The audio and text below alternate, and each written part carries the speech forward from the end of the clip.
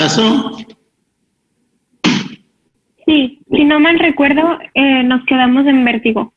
Vértigo, perfecto.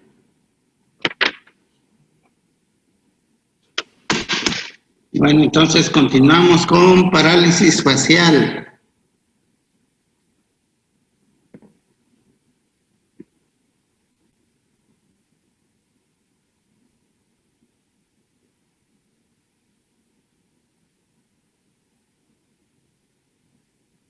¿Cuál es el nervio craneal o el par craneal afectado en la parálisis facial? El séptimo. Muy bien. Una definición de la parálisis facial.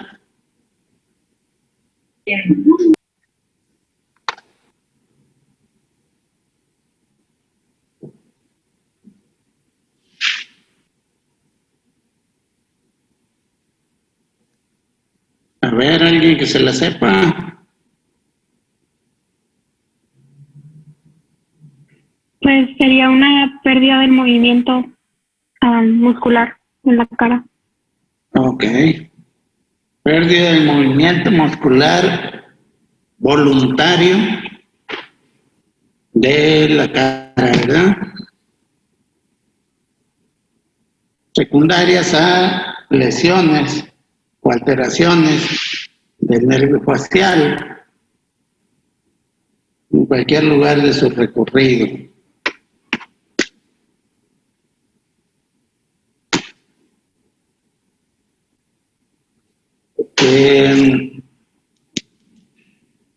El nervio facial es un nervio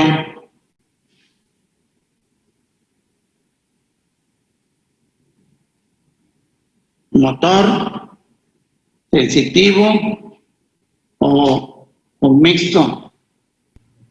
Es mixto. Ok.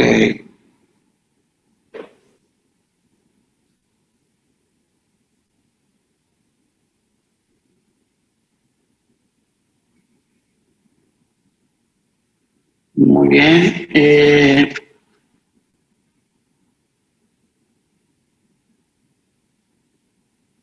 La etiología de la parálisis facial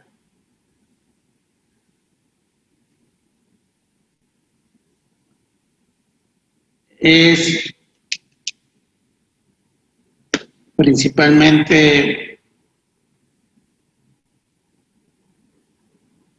por dos causas, ¿verdad? Una, causas primarias, dos, causas secundarias. Las causas primarias, ¿cuáles serían?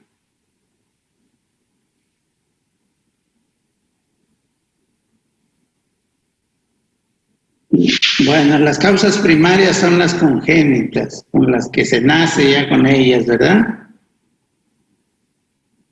Y las causas secundarias, que son las más habituales, ¿verdad? Las más frecuentes, se llaman también causas adquiridas, que pueden ser, ¿cuáles?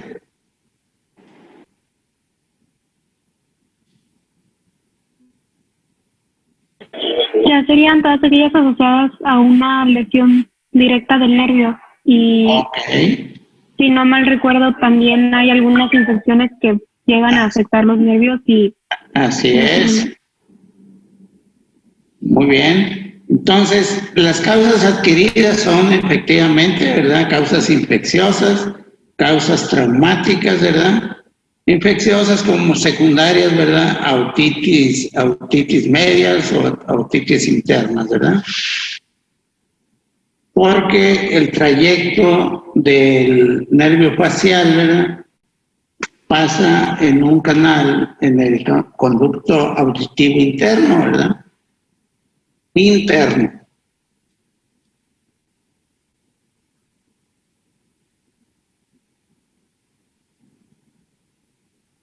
Entonces, de acuerdo a la afectación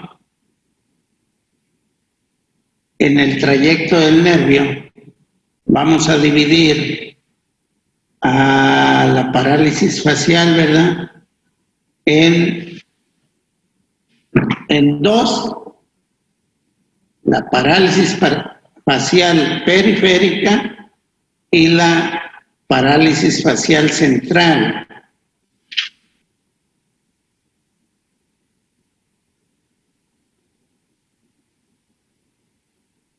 En la parálisis facial periférica, ya sabemos, ¿verdad?, que la afectación va a estar en el trayecto del nervio. ¿Cuál va a ser la consecuencia de esta afectación del nervio facial en su trayecto?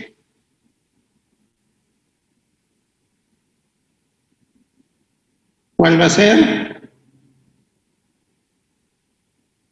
La consecuencia de la afectación del nervio, ¿verdad?, es la parálisis de los músculos faciales del mismo lado, ¿verdad?, donde está la afectación. Son dos oídos, pues son dos trayectos, ¿verdad?, que pueden estar afectados del nervio facial, ¿verdad? Entonces, parálisis de los músculos faciales del mismo lado. ¿Cuál sería el cuadro clínico? A ver si alguno me lo dice, de una parálisis facial periférica. O sea, signos y síntomas que podemos ver así de manera realmente muy clara. Está el signo de Bell, ¿no? ¿Signo de qué? De Bell. Ok. ¿En qué consiste ese signo? Que al intentar cerrar el ojo va a permanecer abierto y que el globo ocular se proyecta hacia arriba. Ok, efectivamente. Ese es uno de ellos. Otro. La desviación. Disminución del gusto, ¿no puede ser? ¿Desviación de qué? Disminución de la capacidad de probar, del gusto. Sí, pues el músculo se paraliza. Pero ¿cómo se manifiesta? Cuando tú ves a alguien con parálisis facial, ¿hacia dónde se le va la comisura bucal? Pues del lado que está caída. Que está del daño, ¿no? Del lado donde está la parálisis, ¿verdad? Entonces, al perder el tono muscular, ¿verdad?, que es la parálisis precisamente, se pierde el tono muscular, entonces hay desviación de la comisura bucal, ¿verdad? Como es un entonces también hay babeo, Doc. También hay babeo. También, sí puede haber, claro. Como es un nervio de tipo mixto, también va a haber ahí alteraciones sensitivas, ¿verdad? ¿Esas cómo se manifiestan?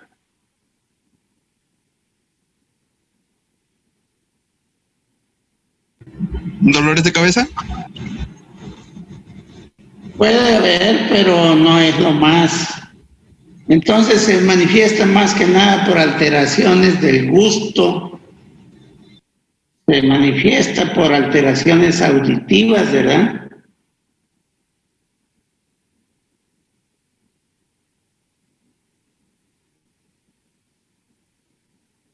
Entonces, el diagnóstico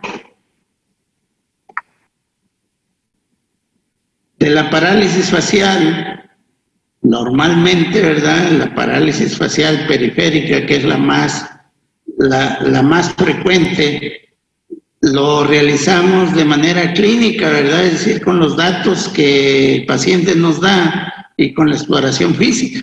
Con eso nos damos cuenta, ¿verdad? En ocasiones se utilizan algunos estudios auxiliares, ¿verdad?, como sería, ¿cuáles?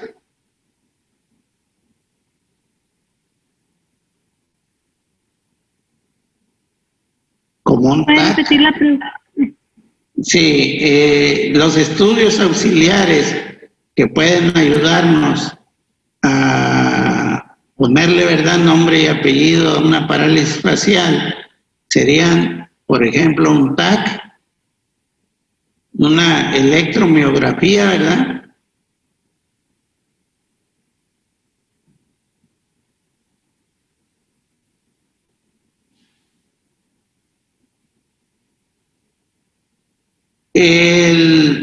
La evolución y pronóstico de las parálisis faciales en cuanto a tiempo, ¿cuánto sería? No hay un tiempo preciso porque pues la medicina no es matemáticas, ¿verdad? Pero sí hay rangos de tiempo ya establecidos, ¿verdad?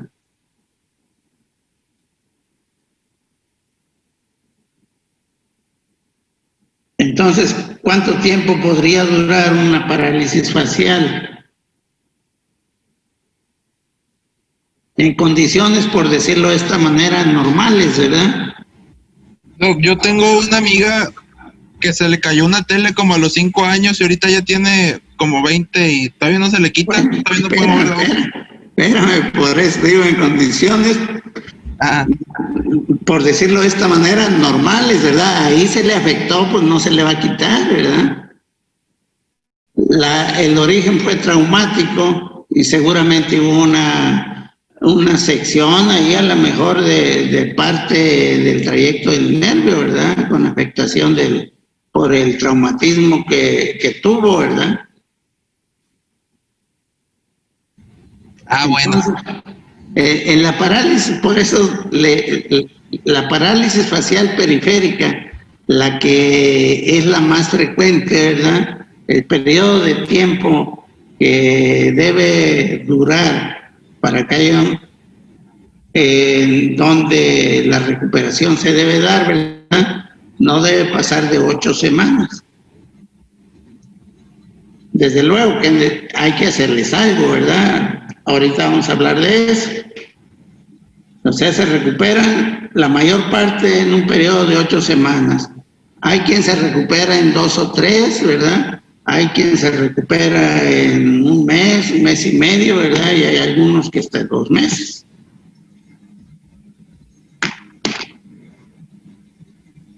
Entonces,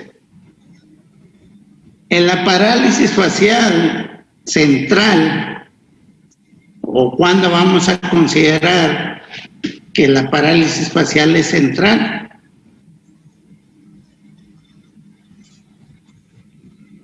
Cuando ¿Afecta a los dos lados? no, sigue también siendo del mismo, puede ser del mismo lado nada más. es cuando se conserva la función de la musculatura frontal y la orbital, o sea, ellos sí pueden cerrar los ojos y Sí, levantar las cejas. así Es más es. que nada afectada la parte inferior.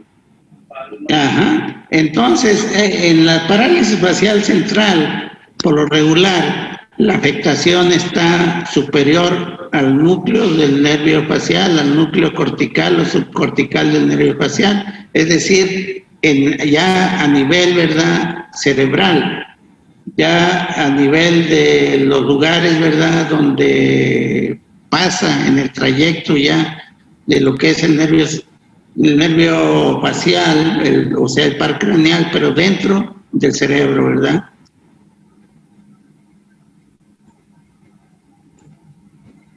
Entonces, uno de los datos es ese que acaba de comentar la compañera, ¿verdad? Que se conserva la capacidad de tener movimientos, ¿verdad? Como arrugar la cara o cerrar el ojo, ¿verdad? ¿Y por qué se conserva esta capacidad? Porque esos lugares, ¿verdad? Esos músculos, los músculos frontales y orbiculares, poseen inervación bilateral, ¿verdad?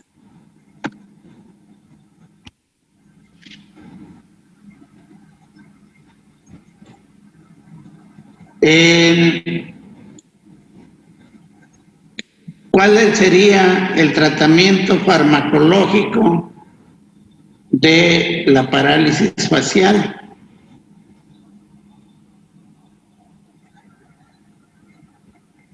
Yo leí que eran corticoides. Corticoides, efectivamente, ¿verdad? Y el tratamiento de origen, ¿verdad? El tratamiento de su causa, ¿verdad? Si la causa es traumática, pues hay que ver qué es lo que está pasando y qué es lo que se puede corregir y qué es lo que no se puede corregir, ¿verdad? Si la causa es infecciosa, pues está un poquito más sencillo, ¿verdad? Porque habrá que identificar nada más si es una causa viral o bacteriana. Por ejemplo, en las otitis de tipo crónico, ¿verdad? Otitis media crónica, en las otitis internas, ¿verdad?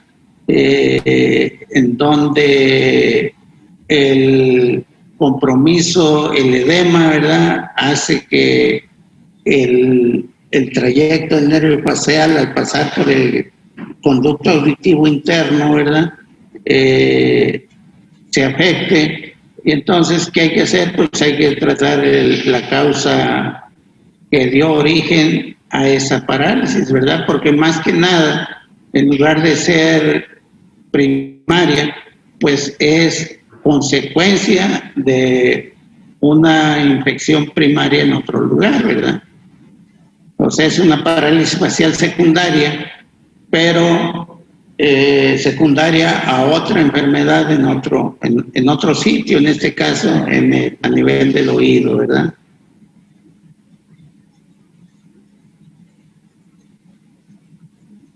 Entonces, queda claro que las parálisis faciales pueden ser secundarias y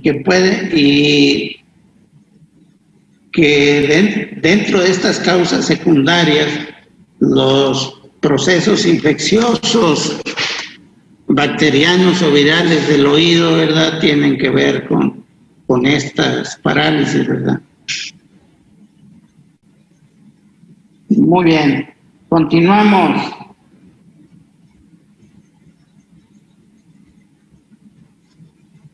¿Qué es el tinnitus? ¿Ya lo vimos ese?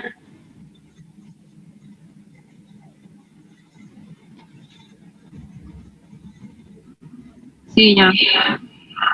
Ya, entonces, tinnitus ya, parálisis facial ya, vértigo ya.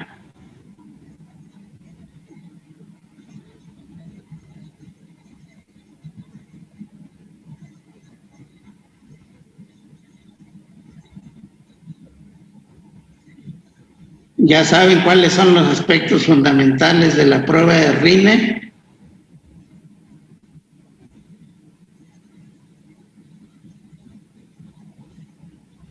¿Sí o no?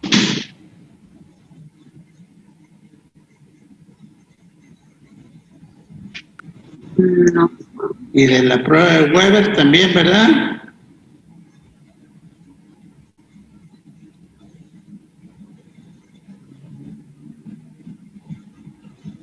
Es para detectar la hipoacusia. Sí, para detectar las hipoacusias, pero lo fundamental es la prueba de Rine, que es una prueba de comparación del proceso auditivo y su transmisión por vía aérea y vía ósea.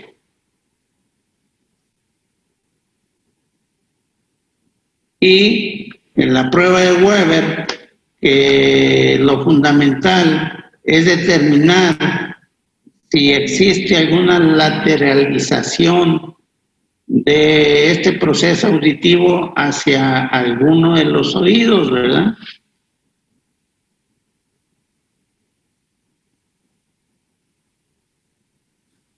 Perfecto. Entonces continuamos con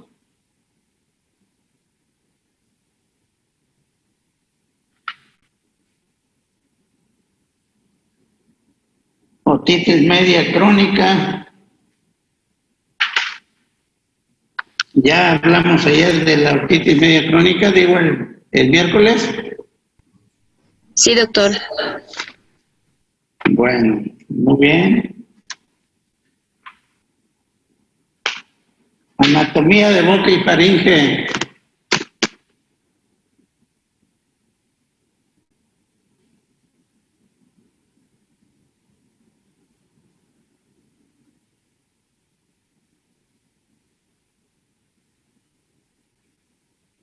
¿Cuáles son las estructuras o los órganos, verdad,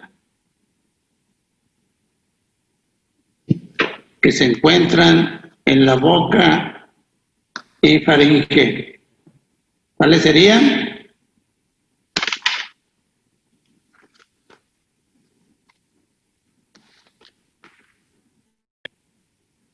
Lengua, glándulas salivales, Sí. conductos, Ok.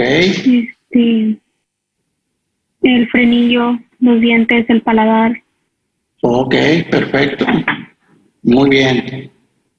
¿Y cuáles serían las funciones de estas estructuras?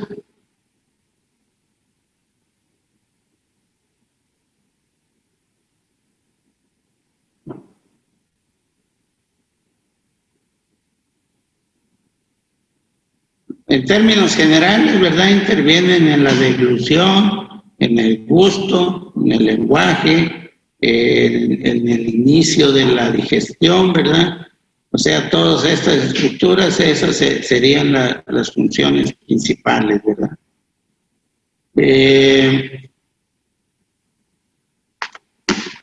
En cuanto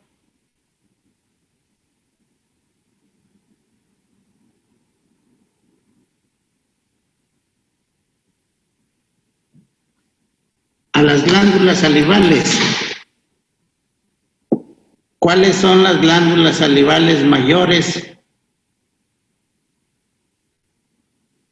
Y un ejemplo de las glándulas salivales menores.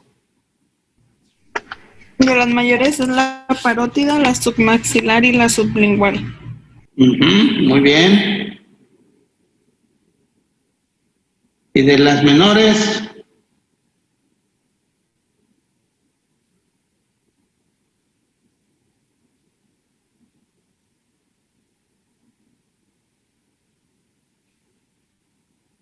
Las menores son muchísimas, pero dentro de estas están labiales, palatinas, linguales, ¿verdad?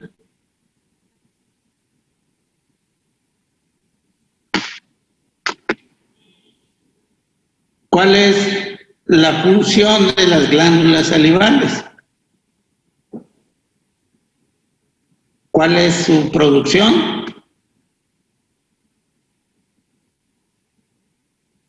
Producir la saliva. Producen la saliva, ¿verdad? Una secreción serosa, que es la saliva. Son glándulas de tipo exócrino, ¿verdad? Entonces lo que producen lo excretan, ¿verdad? Lo sacan a través de una serie de conductos. ¿Cuáles son los conductos de la glándula parótida?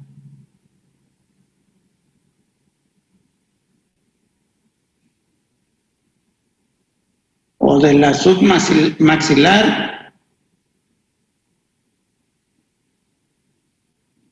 Tienen nombres propios,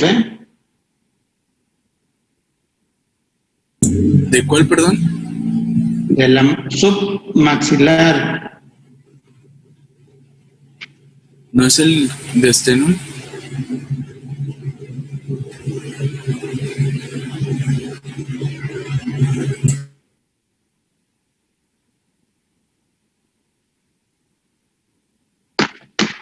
El de la parótida es el de Stennon.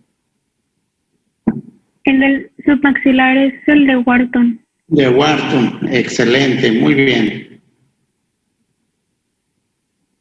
Doctor, ¿Sí? ya se va a acabar la sesión. Si quiere, volvemos a entrar a esta misma para continuar. Sí, tienen tiempo, ¿verdad? Sí, hasta las 2. Perfecto. Nos volvemos a conectar ahorita, entonces.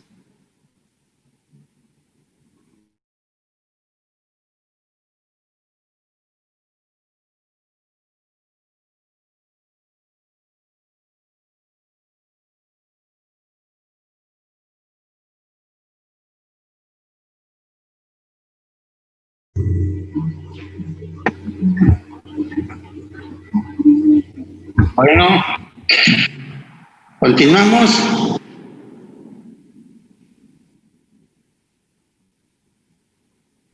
Sí, doctor. Ok.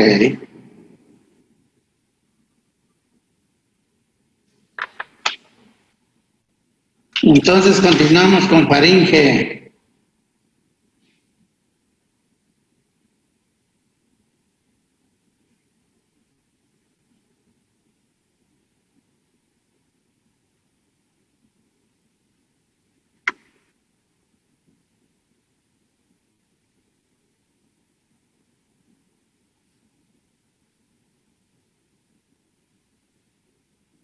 Algunas características anatómicas de la faringe.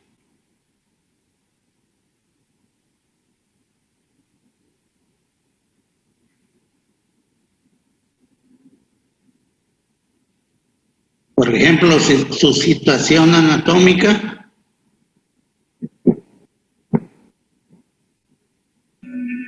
Está situado delante de la columna cervical y detrás de las fosas nasales, de la cavidad bucal y de la laringe.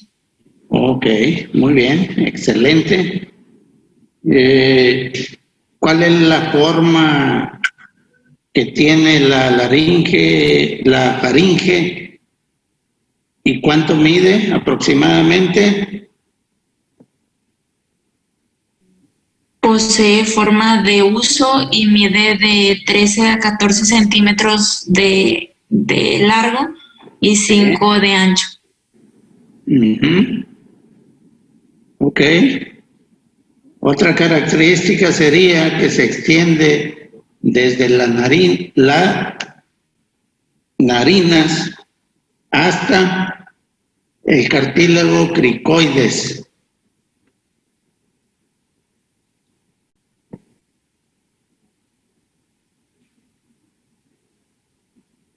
Para su estudio, la faringe se divide en 3 estructuras o 3 áreas. ¿Cuáles son?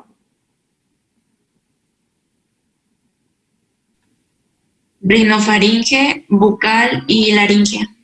Ok. Sí, rinofaringe o nasofaringe, orofaringe, ¿verdad? Y laringofaringe o hipofaringe. Muy bien. Y continuamos ahora sí, ya ubicados en lo que son las patologías.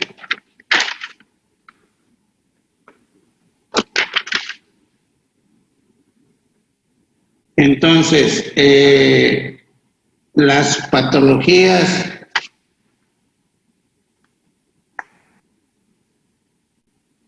de la boca, ¿cuáles serían? ¿O por qué están representadas?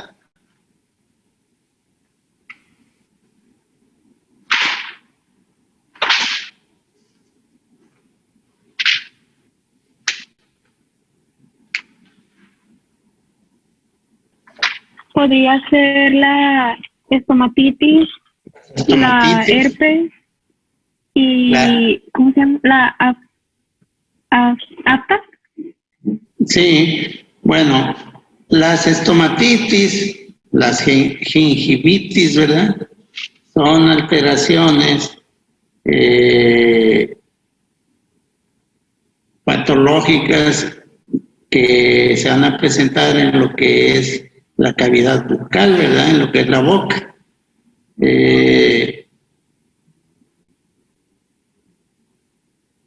Entonces, las estomatitis por lo regular están limitadas a lo que son la lengua, el paladar duro, el paladar blando, las arcadas dentarias, los carrillos, los labios, el istmo de las fauces, ¿verdad?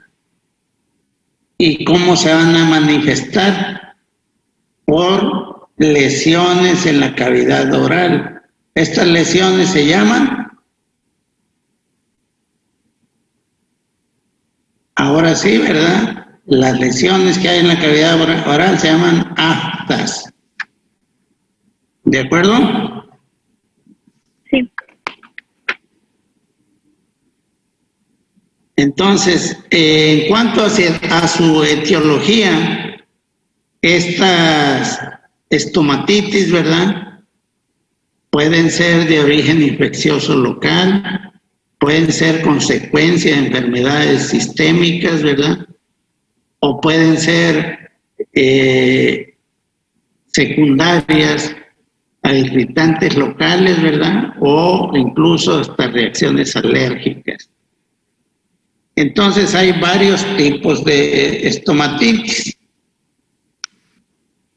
Ahora sí,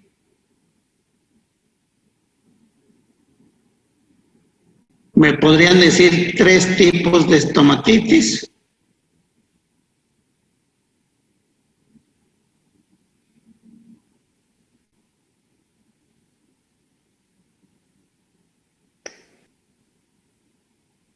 Solo me acuerdo que una es la herpética. Ok, entonces estomatitis virales representadas, ¿verdad?, por aquellas estomatitis secundarias al virus del herpes, ¿verdad?, el herpes simple o herpes zóster. Hay estomatitis secundaria a traumas o irritantes, ¿verdad? O por ejemplo, cuando ingerimos algo muy caliente, ¿verdad?, que nos quema la boca.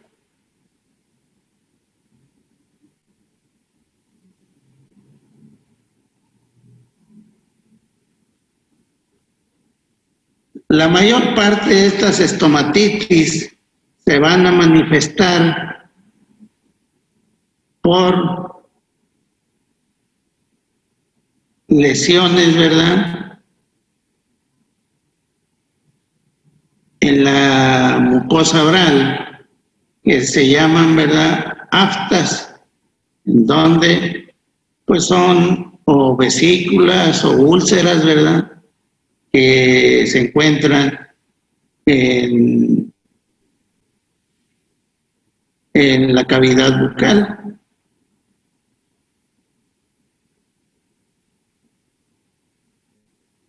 En cuanto al tiempo, la duración de estas estomatitis pues va a depender más que nada de su origen.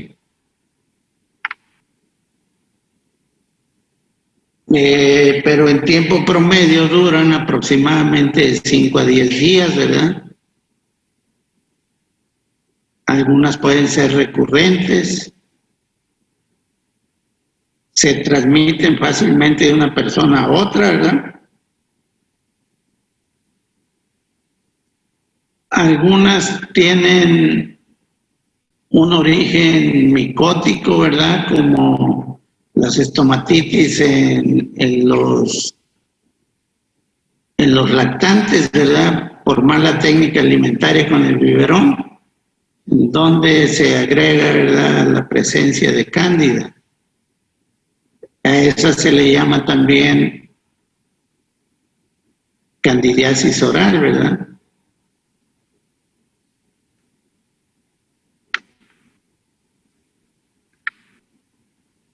El tratamiento de las estomatitis, ¿cuál sería?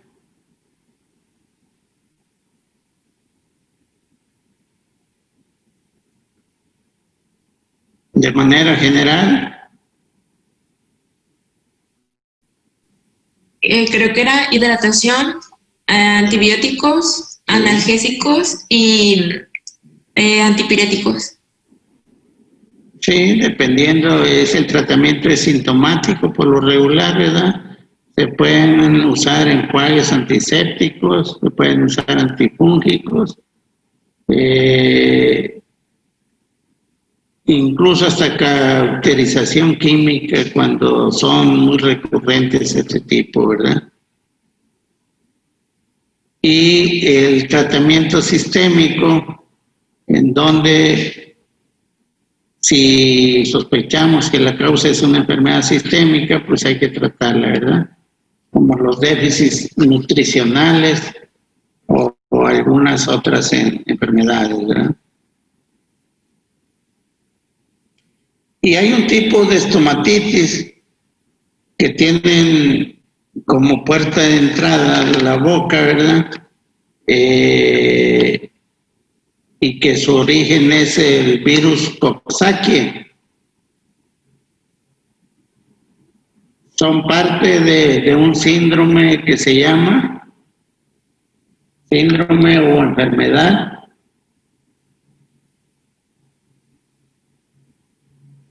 y que se da generalmente en los niños, ¿verdad? Es el síndrome mano, pie, boca, ¿verdad?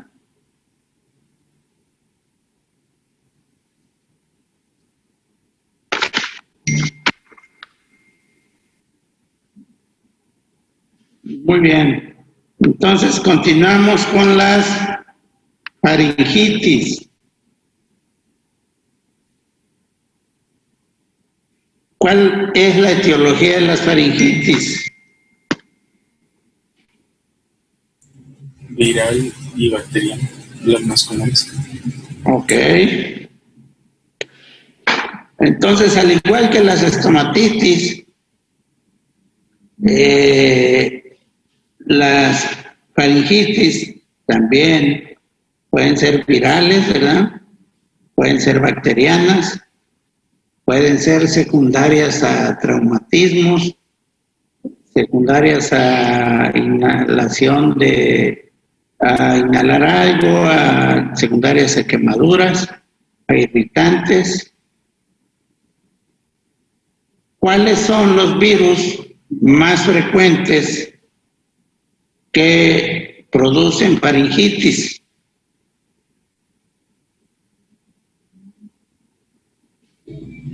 Es el Streptococcus beta hemolítico de los grupos virus, adenovirus. Ajá, eso, no se confundan. Lo siento. ¿Verdad? Adenovirus, virus de la influencia, el virus del herpes, virus de Epstein-Barr, ¿verdad? El Coxsackie también. El Coxsackie, sí, efectivamente. Dentro de las causas bacterianas, ¿cuál es la más frecuente como origen de una faringitis? Estreptococos. Estreptococo y sobre todo, ¿verdad? Estreptococo beta hemolítico del grupo A.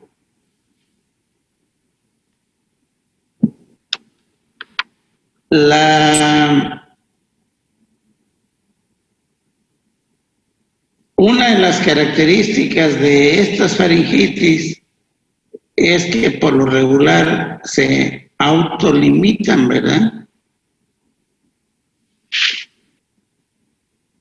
¿Y cuáles serían o cuál es el síntoma cardinal de las faringitis?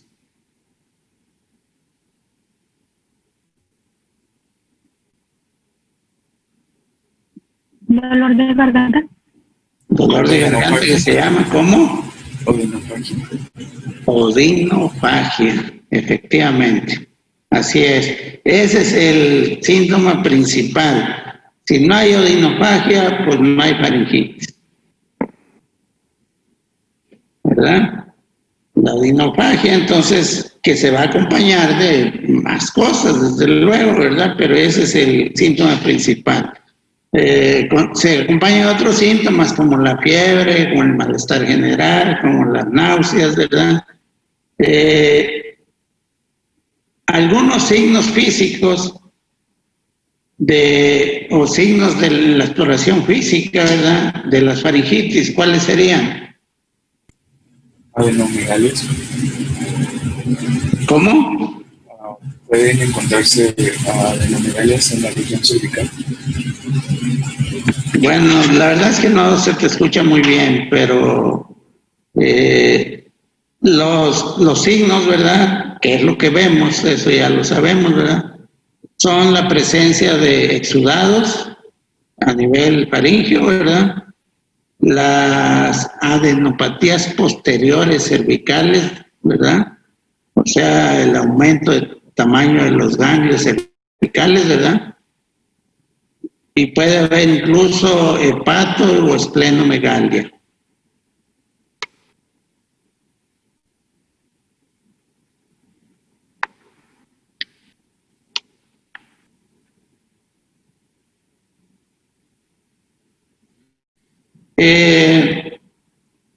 Como auxiliares diagnósticos en las faringitis hay exámenes, ¿verdad?, que podríamos hacer. ¿Cuáles serían estos exámenes? Pues habla si quieres. No, dale tú. A ver. Bueno, puede ser cultivo faríngeo, biometría hemática. Sí. Okay. Algunas veces se pueden indicar las streptolicinas para ver si es por estreptococo betamolítico. En casos muy graves también creo que se puede incluir la proteína C reactiva. Pero pues los más comunes era el cultivo y la biometría para valorar si era origen viral o bacteriano. Ok, perfecto. Sí, además de todo esto, ¿verdad?, tendríamos que hacer algo más sencillo, que como sería una biometría hemática completa, ¿verdad?, en donde por lo regular, como la mayor parte de las faringitis son virales, ¿qué es lo que encontramos? Encontramos aumentada la cuenta de linfocitos por lo regular. Y cuando es una faringitis de tipo bacteriano, desde luego la cuenta que va a estar aumentada es la de leucocitos.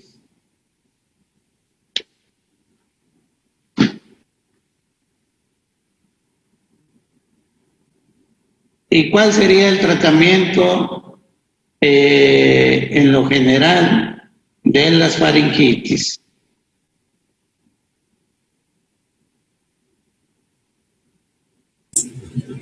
Pues principalmente buena alimentación, hidratación, antipiréticos, ya que se determina origen bacteriano, pues implementar antibióticos, pero pues se solucionan solas. Eso, se autolimitan, perfecto, muy bien.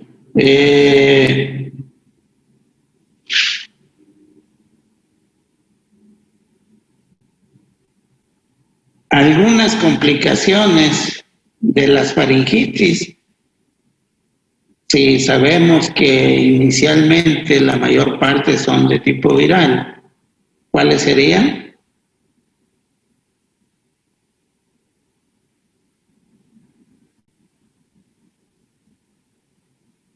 Bueno, una de las complicaciones principales es la infección bacteriana secundaria, ¿verdad?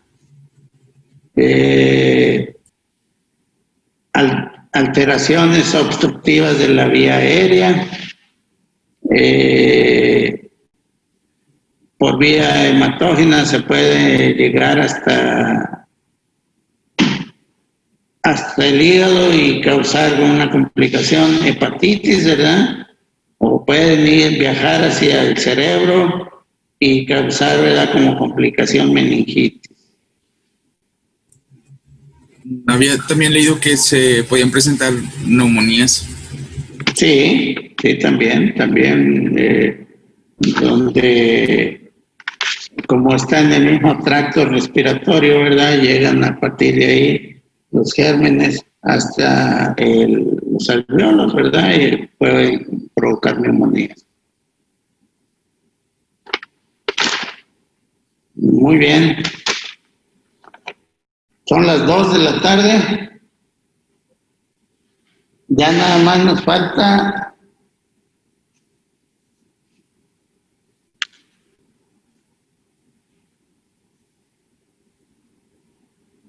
faringitis crónica y amígdalas. Bueno, eso lo vemos para el miércoles próximo y quedar listos ya para el examen el viernes próximo, ¿verdad? El mismo miércoles, si hay alguna otra duda, alguna cosa, pues repasamos todo. ¿De acuerdo? Ok, doctor. Está bien, doctor. Ok.